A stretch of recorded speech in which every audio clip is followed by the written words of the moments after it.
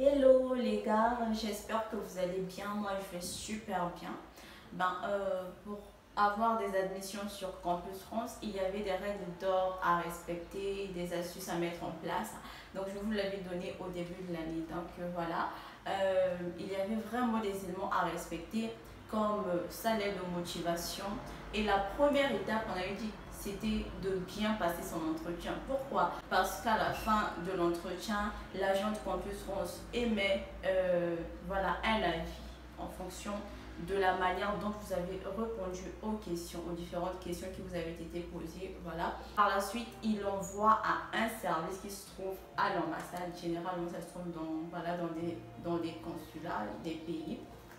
Et donc, l'agent l'envoie au service SCAC et eux, au finish, émettent un avis qui est définitif.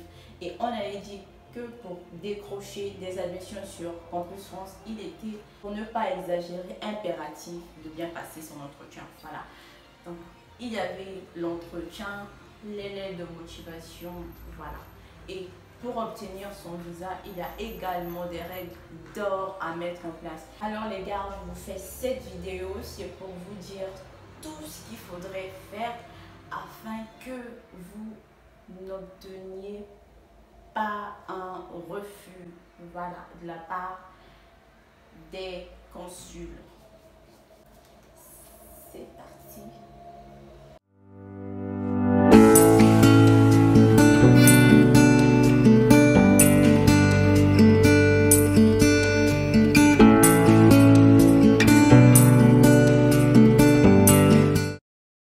Salut à tout le monde et bienvenue dans ce nouveau tuto.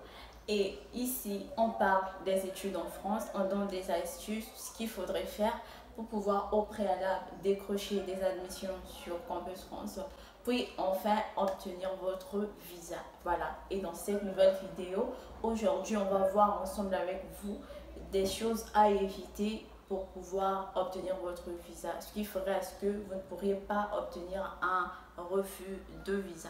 Voilà. Donc, les amis, la première des choses, ça sera votre document de voyage. Le document de voyage, voilà, c'est votre passeport. C'est votre passeport. Votre passeport doit être valable au moins 3 mois après la date prévue de retour dans votre pays d'origine.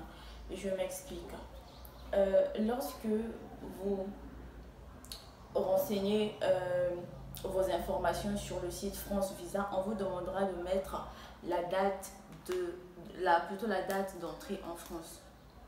Ce que vous ferez, la date que vous allez inscrire sur le formulaire de demande de visa, la date d'entrée en France, vous allez commencer à calculer, vous ferez des calculs. Donc, la date de départ, la date de départ prévue, puis vous devriez connaître la date de fin des cours. Généralement, comme cette année, pour des étudiants de BTS par exemple, ils avaient terminé depuis le 6 juillet. Donc pour votre cas, si la date de fin des cours sera le 6 juillet par exemple, donc après le 6 juillet, vous ajouterez à cela 3 mois des vacances. Ok? 3 mois des vacances. Et si en prenant la date de départ plus la date de fin de cours et les 3 mois de vacances, votre passeport sera toujours valable. Dans ce cas-là, vous pourrez présenter votre passeport à l'ambassade. Les amis, si jamais vous vous rendez compte que votre passeport n'est valable que pour 4 mois, que pour 5 mois, je vous suggère, je vous conseille, mais vraiment, ne présentez pas ce document. Il serait mieux pour vous de refaire votre passeport. Vous allez renouveler votre passeport, puis déposer pour ne pas avoir un refus. Voilà pour le premier point, les gars. Pour le second point, celui-là, il est, disons, capital. C'est la clé de toutes les démarches. Ouais, c'est un point qui vous suit jusqu'à votre demande de visa. Qu'est-ce que c'est? C'est entretien. Bah, qu'est-ce que ça a à voir avec votre dossier de visa? Bah, les amis, on avait dit que lorsqu'on passe l'entretien de Campus France, à la fin de votre entretien, l'agent de Campus France émet un avis. En fait, disons, c'est un rapport qu'il rédige. C'est un rapport qu'il envoie par la suite à un service qui se trouve au consulat. C'est le service SCAC. C'est le service de coopération des actions culturelles. Ça se trouve à l'ambassade. Leur rôle, c'est justement d'émettre les avis des étudiants qui passent les entretiens sur Campus France. Et notez que les amis, la vie de ces personnes-là, des agents qui travaillent au SCAC, se base sur ce que leur dit l'agent de Campus France, les amis.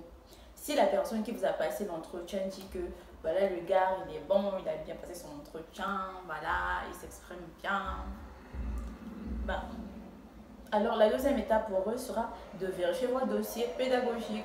Pour un étudiant qui a eu à redoubler ou avait des moyennes médiocres, mais vraiment médiocres, et qui décide d'intégrer les classes préparatoires aux grandes écoles, dans ce cas-là, s'il avait des moyennes médiocres, mais vraiment médiocres, et qu'il avait beaucoup redoublé, dans ce cas-là, ils pourront émettre un avis SAC défavorable, les amis. Mais si jamais l'agent de Campus France, sur son rapport, signifie que voilà, l'étudiant a bien passé son entretien et tout, bah, alors là, votre avis SCAC sera favorable. Et lorsque vous déposerez votre dossier de visa, ils prendront en compte cela. Peu importe la somme que vous pourrez mettre. Peu importe la somme que vous pourrez mettre. Vous pourrez mettre 10 000 euros, je sais pas. Mais si votre avis SCAC est défavorable, franchement, la probabilité est forte qu'on refuse ce dernier le visa. Donc, l'avis SCAC revient. Sur le deuxième point, c'est que votre avis SCAC devrait être favorable. Ben, au cas où vous reconnaissez avoir mal passé votre entretien, dans ce cas-là, je vous suggère de joindre une lettre de motivation. Donc, dans cette lettre-là, vous allez en quelque sorte démontrer à monsieur le consul que vous êtes apte à suivre cette formation, que vous allez en France évidemment pour poursuivre vos études et aussi vous allez démontrer après vos études ce que vous visiez faire. Donc, je vous conseille, si vous reconnaissez avoir mal passé votre entretien, insérez une lettre de motivation dans votre dossier de demande de visa. Voilà, pour le deuxième point. Pour le second point, il faudrait que votre avis SCAC soit favorable. Donc, si l'avis SCAC est défavorable, dans ce cas-là, il y a moins de chances que ce dernier, on lui délivre le visa malgré les documents qu'il pourrait présenter. Voilà. Alors les gars, pour le troisième point, c'est les finances. Voilà, c'est le volet finances. Alors, les autorités françaises, eux, ils ont supposé que, voilà, c'est par rapport au calcul fait. Je vous ferai une vidéo dans laquelle on va calculer ensemble les dépenses et le total. On verra le total. Donc, ce qu'il faudrait au moins avoir pour pouvoir poursuivre ses études en France sans avoir recours aux aides financières publiques, les amis. Voilà. Donc, ils avaient jugé que pour un étudiant étranger, il serait mieux qu'on puisse que vous déteniez la somme de 7 380 € pour pouvoir poursuivre vos études en France. €, c'est juste l'équivalent de 615 € par mois. Donc, eux, ils pensent que vous devriez leur démontrer que vous serez capable, évidemment, chaque la fin du mois, à débourser 615 € par mois. Pour cela, vous pourrez avoir un garant. Et donc, votre garant doit être solvable. Voilà, solvable, c'est juste que déjà la somme que l'ambassade avait fixée, c'est 615 €.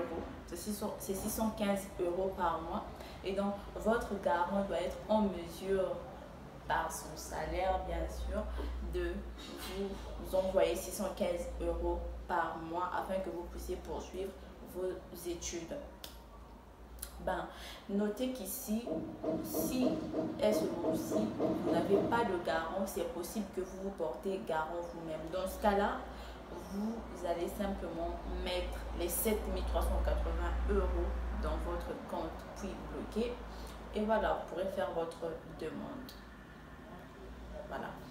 Et sur d'autres cas, si vous avez reçu une attestation d'hébergement gratuit, dans ce cas-là, vous pourrez bloquer la moitié, soit 308 € par mois et 308 € par mois fois 12. Pourquoi par 12? Parce que c'est une année après les vacances, vous serez toujours en France, vous aurez besoin de vous déplacer, de manger, voilà.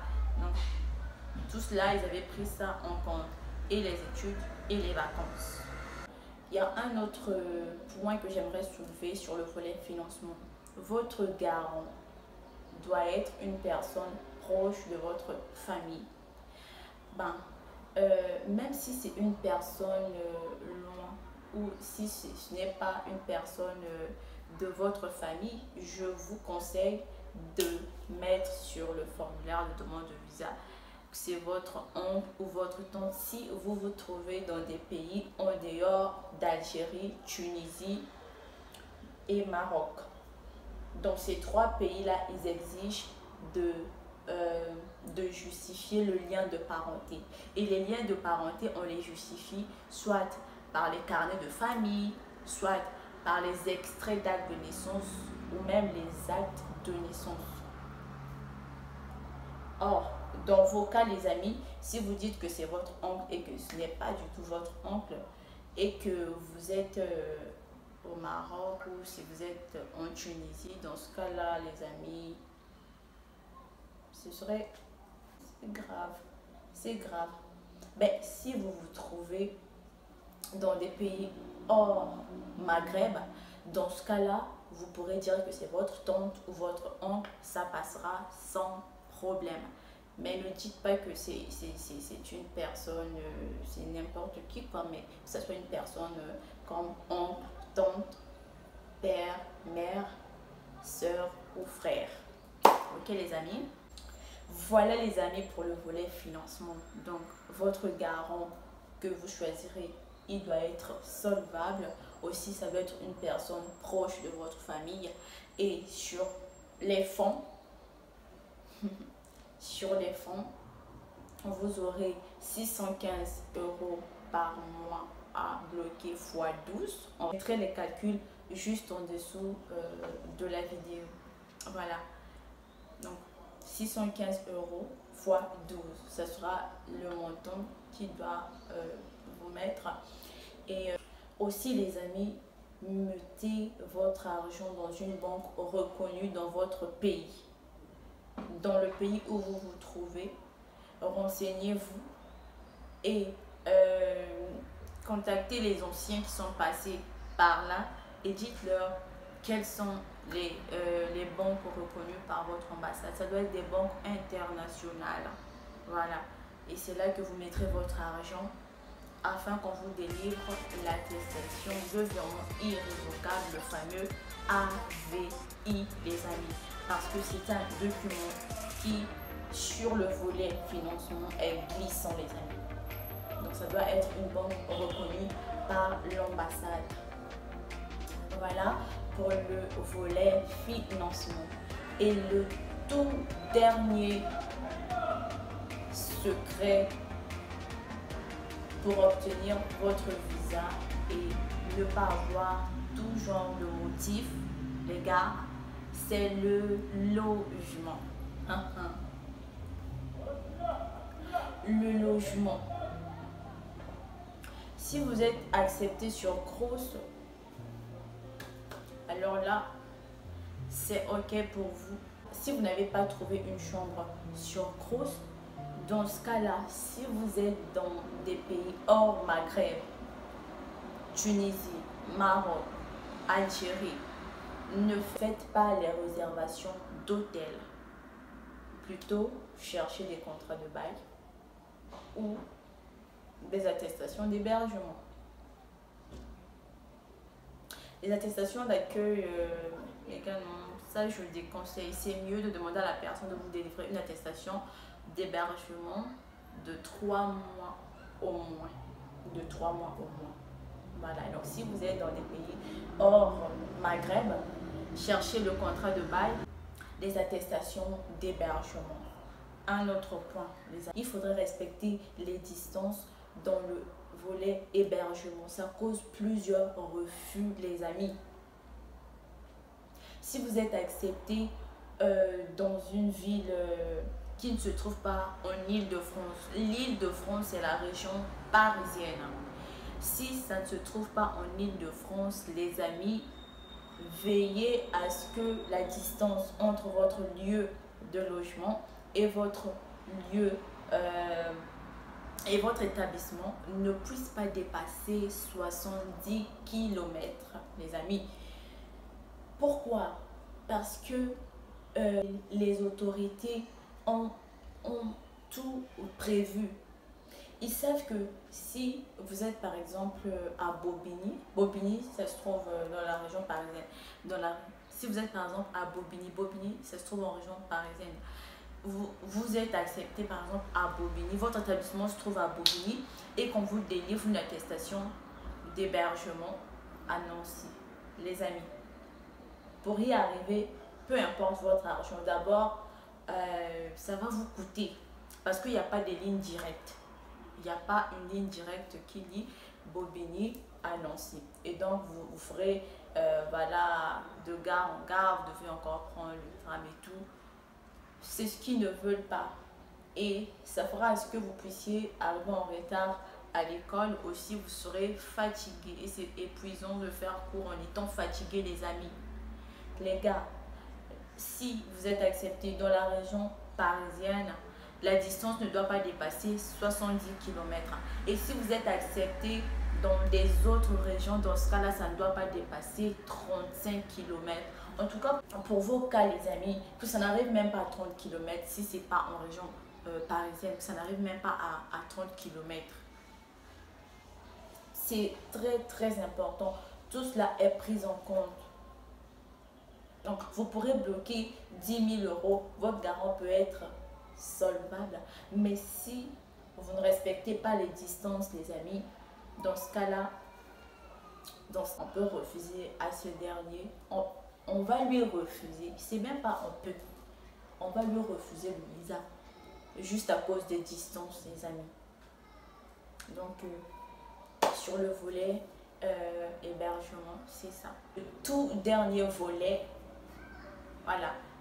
Donc, pour obtenir son visa et ne pas avoir un refus, il vous faudrait d'abord avoir un passeport valide, puis avoir un avis SCAC favorable. Si jamais vous vous rendez compte que vous avez mal passé votre entretien, c'est pas grave, les amis. Insérez une lettre de motivation dans votre demande. Puis le volet finance, votre garant doit être solvable et une personne proche de votre famille. Aussi, bloquez votre argent dans une banque reconnue par l'ambassade. Et enfin, le dernier volet, les amis, c'était le volet logement. Donc, il faudrait respecter le kilométrage. Ça y est, on est à la fin de notre vidéo. Pour tous ceux qui me suivent pour la première fois, n'oubliez pas de me mettre des petits pouces, ça me fait énormément plaisir. Aussi, Veuillez m'aider à partager les amis. Aidez-moi à partager afin qu'il y ait beaucoup de monde. Nombreux ont des refus. C'est juste parce qu'ils ne savaient juste pas qu'il fallait pas que son lieu de logement et son établissement ne puissent pas dépasser 35 km les amis. Donc cela va aider plus d'une personne. Alors partagez afin que la page soit promulguée là. Pour l'instant, on se fixe l'objectif d'arriver à 1000. Donc, soutenez-moi. Vous êtes les seuls à me soutenir, les amis. Soutenez-moi. Mettez les liens sur vos statuts, WhatsApp, Instagram, Facebook. Ça va beaucoup m'aider. Ça me fera énormément plaisir. Voilà. Ben, les gars, comme d'hab, si vous avez des questions et s'il y a des points ambigus, revenez ici. Mettez-les en commentaire et je vais vous répondre. Voilà, donc on se retrouve très bientôt pour une nouvelle découverte. Voilà, encore des secrets à dévoiler. Les amis, ciao ciao, je vous aime.